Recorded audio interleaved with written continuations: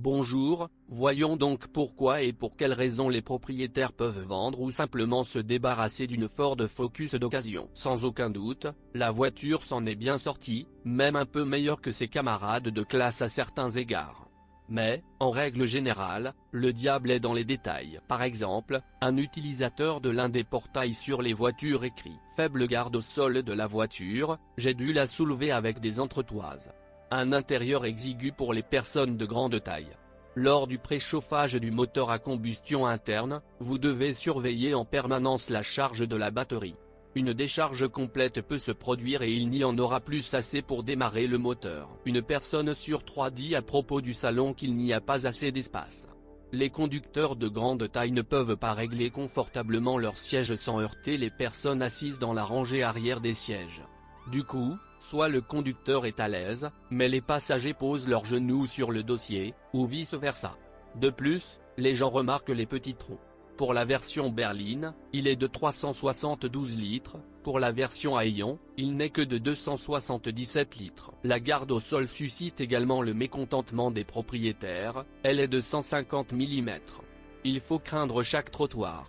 Mais ce ne sont pas là les défauts les plus graves. Le propriétaire d'une Focus 3, 2013 1,6 litres avec robot, se plaint du moteur. Le 1,6 litres du robot n'est qu'un légume, pas d'accélération. Vous pouvez oublier les manœuvres dynamiques. Les dépassements sur autoroute sont incroyablement difficiles. Même les Avtova sont dépassés en ville. Il fallait en prendre un avec un moteur de 150 chevaux. Vérifions la réalité. Si vous regardez la documentation, ce moteur se caractérise par une accélération à des centaines en 13,1 secondes. Par exemple, Lada Priora 1,6 litres 87 chemins sur la mécanique, selon le passeport, il accélère à des centaines en 12,5 secondes. En raison de pannes et de dysfonctionnements typiques, les propriétaires se plaignent le plus souvent de crémaillères de direction de courte durée. Même avec une pièce de rechange neuve, après 7000 km. Un léger bruit de cognement se produit lors de la rotation du volant. Il ne sera pas possible d'éliminer complètement le problème. Bientôt le rail se rappellera à nouveau. La bague en plastique sur l'arbre de direction est en cause. Certains artisans meulent une bague en acier au lieu d'une bague en plastique. Cela augmente plusieurs fois l'intervalle entre les réparations. La boxe robotique est extrêmement peu fiable. Les premiers problèmes peuvent survenir dès 90 000 km. Et puis, plus encore. Des embrayages avec embrayage à friction, une fourchette de pression, une unité de commande sont en cours de réparation. Certains propriétaires, à 150-180 000, décident qu'il est moins cher de changer l'ensemble du robot que de penser à le réparer. Certaines personnes ont recours à une solution plus radicale, vendre la voiture avec le robot et acheter autre chose. Mais la transmission manuelle a aussi ses défauts. À une certaine époque, les premières versions de la voiture présentaient un défaut de fabrication. Le joint de la boîte s'est rapidement usé et une fuite d'huile s'est produite. L'installation d'un nouveau joint d'étanchéité ne garantit pas un fonctionnement sans problème.